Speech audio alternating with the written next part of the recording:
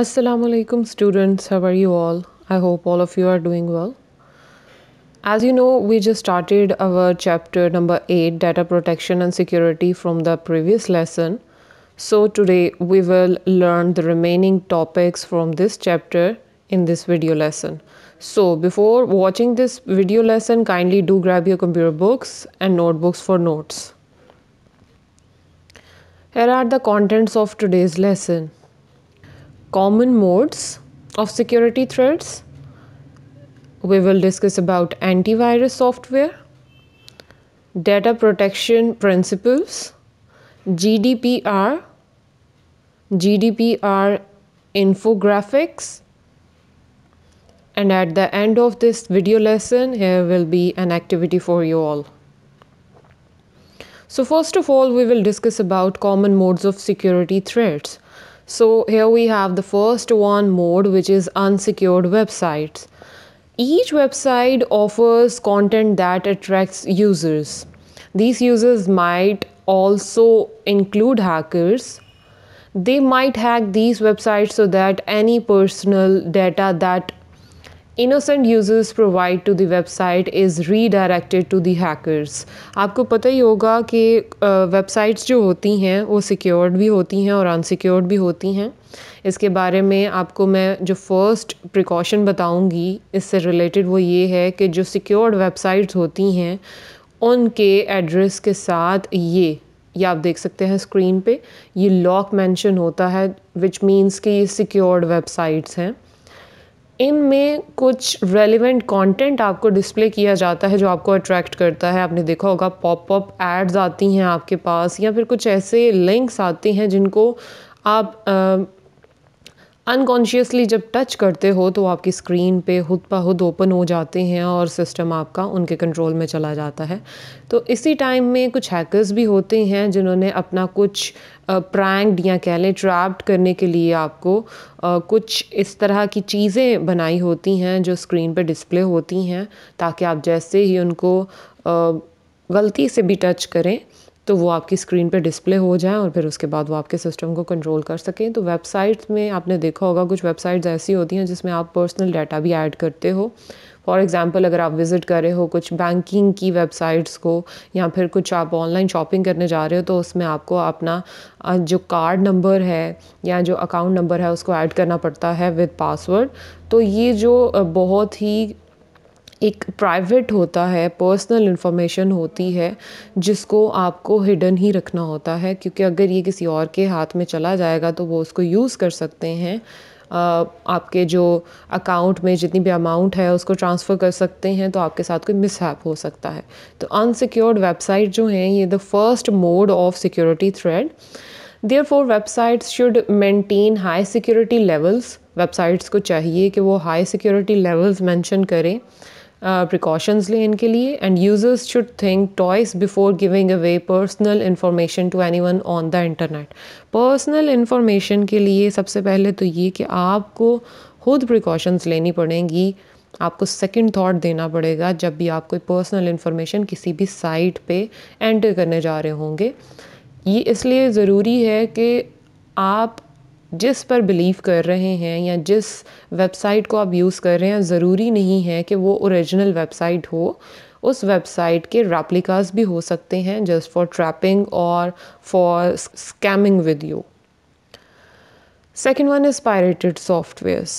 Most software companies required users to pay a certain amount of money as license fee before installing and using any software made by the company. As you know कि आपको किसी software को अगर use करना होता है तो आपको उसको परचेज़ करना पड़ता है, चाहे तो आप उसके हार्ड फॉर्म में यानी CDs में या फिर इस तरह आप उसको परचेज़ करें, या फिर आपको ऑनलाइन जब उनको परचेज़ करना होता है तो आपको पे करना पड़ता है उस सॉफ्टवेयर को यूज़ करने के लिए.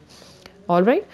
If a user obtains that software from some other source, ठीक है, अगर आप लीगली यानी आप कंपनी की वेबसाइट से उसको परचेज़ नहीं करते, या फिर उनकी जो CD है, जो कंपनी की CD है, अगर उसको परचेज़ नहीं करते किसी और सोर्स से, यानी उसके जो रेप्लिकास हैं, या कह लें आप जैसे विंडोज़ की CD होती है, जो ओरिजिनल विंडोज़ की CD होती है, वो एक प्रॉपर उसकी कंपनी से मेंशन होती है, जबकि कुछ पायरेटेड सॉफ्टवेयर्स होते हैं वो ओरिजिनल नहीं होते, उससे लो क्वालिटी के होते हैं और वो चुराए गए होते हैं विद लो क्वालिटी आपको प्रोवाइड किए जाते हैं। तो वो बेसिकली जो एग्जैक्ट लीगल सोर्स है वहाँ के नहीं होते ये।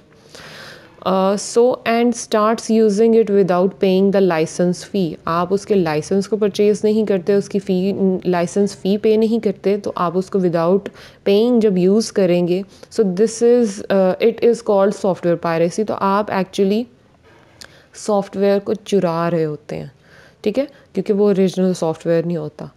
The software is identified as pirated software. इस प्रोसेस को सॉफ्टवेयर पायरेसी कहते हैं, जब आप without paying license fees of the software use कर रहे होते हैं और उस सॉफ्टवेयर को जिसे आप यूज़ कर रहे हैं विद पायरेसी, उसे कहते हैं पायरेटेड सॉफ्टवेयर, ठीक है।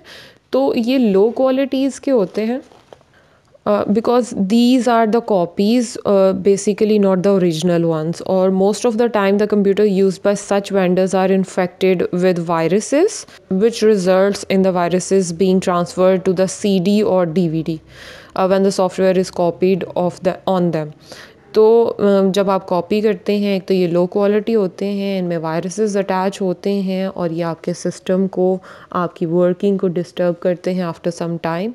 और ये सब इसलिए किया जाता है ताकि आप बार बार उनसे लोअर जो प्राइस के सॉफ्टवेयर्स हैं वो परचेज़ कर सकें।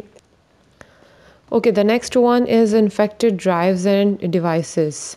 Here is the all types of devices and drives which are basically used for saving data on it. Viruses can infect any kind of storage medium. अब आप देख सकते हैं कि किस तरह से ड्राइव्स या डिवाइसेस जो हैं वो इन्फेक्ट कर सकते हैं, यानी मोड ऑफ सिक्योरिटी थ्रेड है आपके सिस्टम के लिए, आपके लिए। Such as hard disk, CD, DVD or USB drive. Portable storage media are more vulnerable because they are used on different computers. ये ज़्यादा रिस्की इसलिए हैं क्योंकि इनको पोर्टेबल स्टोरेज मीडियम्स को, यानी USB को हम किसी भी एक ड्राइव या डिवाइस के साथ अटैच करने के बाद कॉपी पेस्ट करके किसी और डिवाइस के साथ या जब लगाते हैं तो वो ट्रांसफ़र हो सकती हैं। तो पोर्टेबल का मतलब ये है कि it is basically use for the different devices as well, unlike the internal hard disk which is fixed inside a single computer. ये बिल्कुल मतलब पोर्टेबल स्टोरेज मीडिया जो है ये ज़्यादा पोर्टेबल इसीलिए है क्योंकि ये ज़्यादा जगह पर यूज़ किया जा सकता है, जबकि इंटरनल हार्ड डिस्क जो है वो एक सिंगल सिस्टम में सेट की जाती है, फिक्स की जाती है, और अगर आप उसको यूज़ करते हो सिस्टम के साथ ही तो वो आपके अंदर ही रहता है, उसमें आज सच कोई ज़्यादा सिक्योरिटी थ्रेट नहीं होता। लेकिन अगर आप उसको भी निकाल के किसी और सिस्टम में, अगर वो इन्फेक्टेड है और किसी और सिस्टम में इंस्टॉल करेंगे तो माइट बी पॉसिबल वो सिस्टम भी इन्फेक्टेड हो जाए। When a portable storage medium is used in an infected computer में आप portable जो mediums हैं उनको जब use करेंगे, the device gets infected too. इसका प्रैक्टिकल या कह लें कि इसका एक्सपीरियंस आप कर चुके होंगे, क्योंकि जब आपने USB अगर कोई इन्फेक्टेड डिवाइस में आपने अटैच की होगी तो आपको पता होगा कि उसके साथ जब आप डाउनलोड करते हैं, डाटा ट्रांसफ़र करते हैं अपने पोर्टेबल मीडियम में, तो वो साथ में जो वायरसेस या वर्म्स हैं वो भी डाउनलोड हो जाते हैं। और जब उसी USB को या जो भी आपकी पोर्टेबल डिवाइस है उसको किसी और डिवाइस के साथ कनेक्ट करते हैं और उसमें डाटा ट्रांसफ़र करते हैं, तो उस डाटा ट्रांसफरिंग के टाइम पे वो वायरसेस और वर्म्स भी डाउनलोड हो जाते हैं।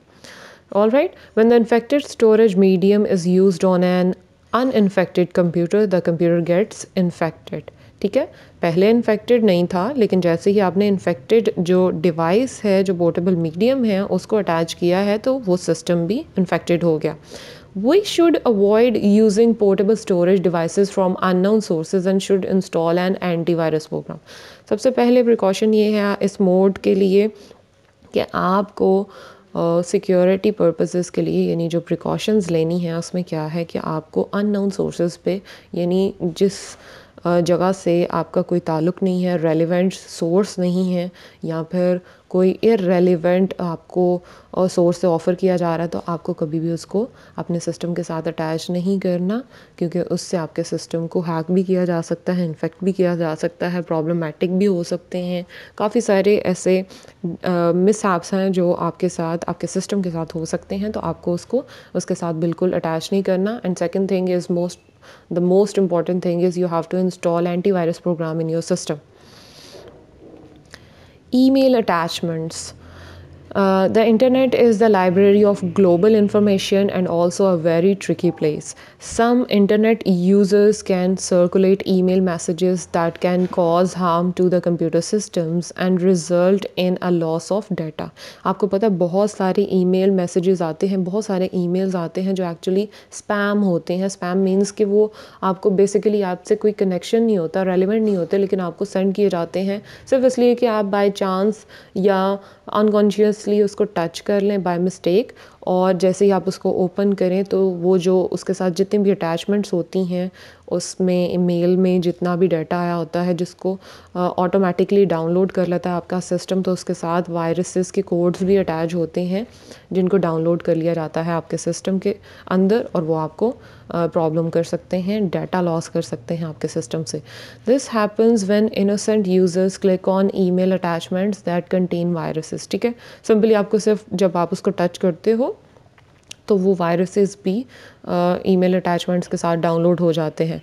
We can avoid this by only opening the email attachments sent by the people we know. आपको सिर्फ और सिर्फ वही email attachments ओपन करनी चाहिए जो आपको आपके रेलिवेंट या उन लोगों की तरफ से सेंड की हों जिनको आप जानते हैं. वो ईमेल अटैचमेंट्स जो अननोन एड्रेस से या अननोन अकाउंट से आपको सेंड की जाती हैं, try to avoid to open them. Alright. Okay, after knowing about the modes of security threats, there is something special for your system and some precautions for your system. The first one thing is antivirus software. पहले तो मैंने आपको बताए हैं कौन कौन से modes हैं सिक्योरिटी थ्रेट्स के, उसके बाद साथ साथ मैंने उनके आपको प्रिकॉशंस भी बताए हैं जो आप उसको कहते हैं क्विक एक्शन के तौर पर यूज़ कर सकते हैं. लेकिन बाय चांस अगर कभी कोई वायरस आपके सिस्टम में डाउनलोड हो भी चुका है और आपको पता नहीं चला, तो इस पर्पज़ के लिए you have to install the antivirus software in your system. Antivirus software is a software that detects computer virus and makes them infected. Software का काम क्या है? जनरली वो फाइंड आउट करता है सॉफ्टवेयर्स में से या आपके सिस्टम में से वायरस यानी करप्टेड कोड्स जो अटैच हो जाते हैं आपके डाटा के साथ, उनको फाइंड आउट करता है, उनको सेपरेट करता है, फाइंड आउट करने के बाद और सेपरेट करने के बाद उनको रिमूव कर देता है. यानी आपने देखा होगा कि वो स्कैनिंग का ऑप्शन आपसे पूछता है. जब वो स्कैन कर लेता है तो आपको लिस्ट बताता है कि इतने वायरसेस या वर्म्स हैं या मालवेयर्स हैं आपके सिस्टम में, और जब वो आपको लिस्ट मेंशन करता है तो आपसे एक परमिशन मांगता है कि इनको डिलीट करना है, रिमूव करना है, ताकि आपका सिस्टम प्रॉपर्ली रन कर सके. The machine code of virus is called a virus definition. Machine code क्या है? बेसिकली वायरस जो होता है वो कोई वायरस की फॉर्म में या कोई जर्म की फॉर्म में नहीं होता. वो कोड होता है छोटा सा, जिसको कोडिंग यानी प्रोग्रामिंग के टाइम पे उन फाइल्स के साथ अटैच कर दिया जाता है ताकि वो आपके प्रॉब्लम कर सकें सिस्टम को. To identify virus, the antivirus software matches its code to the virus definition stored on its database. Antivirus किस तरह से उनको फाइंड आउट करता है ये मैं आपको बताती चलूँ. वायरस की जो कोडिंग है वो सारी के सारे जितने भी वायरसेस हैं उनके कोड्स एंटीवायरस सॉफ्टवेयर में इंस्टॉल कर दिए जाते हैं, और जब वो उनको स्कैन करता है तो बेसिकली वो आपके पूरे सिस्टम में उन कोड्स को फाइंड आउट करके स्कैन करके मैच कर रहा होता है अपने उन सारे के सारे कोड्स के जो उनमें वायरसेस के कोड्स ऑलरेडी इंस्टॉल किए जाते हैं, फीड किए होते हैं. जब उनको मैच किया जाता है तो वो फाइंड आउट करके बताता है कि यहाँ इस फाइल के साथ इस लोकेशन पे ये करप्टेड कोड्स हैं जो वायरसेस हैं. उनको मैच करने के बाद, स्कैन करने के बाद वो लिस्ट रेडी कर लेता है और आपको स्क्रीन पे डिस्प्ले करता है. It is important to update antivirus software by adding new virus definition to its database.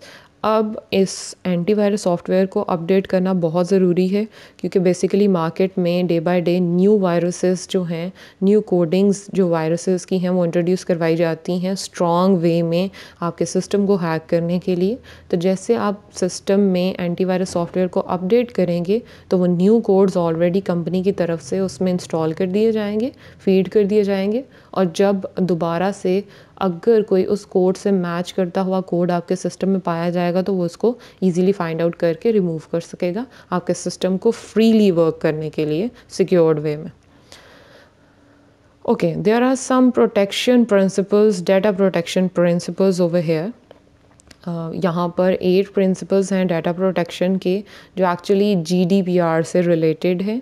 तो GDPR के बारे में आपसे डिस्कस करते हैं। उससे पहले ये थोड़ी सी एक लिस्ट है जो बेसिकली आपको डाटा प्रोटेक्शन प्रिंसिपल्स के बारे में बताएगा। मस्ट बी लॉफुल होना चाहिए, यानी जो आपका डाटा प्रोटेक्शन का एक वे है तो उसको प्रॉपरली एक सोर्स के अकॉर्डिंग, एक प्रॉपर रूल के अकॉर्डिंग होना चाहिए। Must be stipulated for specific purposes, यानी स्पेसिफिकली किसी जिस स्पेसिफिक पर्पस के लिए इसको डिज़ाइन किया गया है उसी के लिए होना चाहिए। Data must be adequate and relevant. It means के उसको ज़रूरत यानी जितनी रिक्वायर्ड है, यानी सूटेबल वे में होना चाहिए डाटा को। रेलिवेंट होना मतलब सूटेबल होना चाहिए, ऐसा नहीं कि इलॉजिकल या अनरिक्वायर्ड डाटा आप उनको प्रोवाइड कर दें। डाटा मस्ट बी एक्यूरेट, इसका आपको पता है। Data storage must be limited storage होनी चाहिए। ऐसा नहीं कि अगर स्टोरेज ज़्यादा है तो हम यूज़लेस डाटा को भी उसमें स्टोर करते जाते हैं कि कोई बात नहीं, बहुत ज़्यादा स्पेस है, हम इसको स्टोर करेंगे। Data must be secured, must be accountable and responsible as well. Data must not be transferred, right? अब यहाँ पर ज़रा इसको देखते हैं। must be lawful यानी रूल्स के अकॉर्डिंग होना चाहिए। This is the first principle of data protection. Second, must be stimulated for specific purpose, यानी सिर्फ और सिर्फ specifically जिस चीज़ के लिए है उसका specific purpose के अकॉर्डिंग उससे रेलिवेंट ही होना चाहिए। Data must be adequate and relevant, suitable और रेलिवेंट होना चाहिए। Data must be accurate at the age you can say that to the point data होना चाहिए एक्यूरेट फॉर्म में, उसमें कोई भी इनकरेक्ट एंट्री नहीं होनी चाहिए। Data storage must be limited होगा तो आप अनसिक्योर्ड या फिर इररेलेवेंट डाटा जो यूज़लेस डाटा है उसको स्टोर नहीं करेंगे। इट मीन्स के less chances of data leakage. Data must B secured, आपका डाटा जितना भी आपके डिवाइसेस में मौजूद है या फिर आपने ऑनलाइन स्टोरेज मीडियम में उनको रखा हुआ है, उसको स्टोर जब किया जाता है तो सिर्फ इस पर्पस के लिए कि वो सिक्योर्ड होना चाहिए। Must be accountable and responsible, जब भी इस तरह का कोई मिसहैप या इलीगल एक्टिविटी होने लगे तो आपको उससे रिलेटेड रिस्पॉन्स किया जाए। Data must not be transferred, और जहाँ पे आपने सिक्योर्ड वे में उसको सिक्योर किया है वो विदाउट परमिशन, कभी भी आपकी परमिशन के बिना ट्रांसफ़र नहीं होना चाहिए। So these are the principles.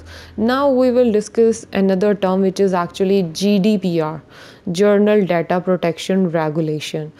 ये 2016 में इसको बनाया गया था। Basically these are the collection of rules related to the data protection by the European Union. So the Journal Data Protection Regulation is a regulation in European Union law on data protection and privacy in the European Union and the European Economic Area। ठीक है, तो European union ने इसको बनाया था for data protection. मतलब इतनी तरह का डाटा होता है जिसको सिक्योर करने के लिए ये सब बनाया गया है।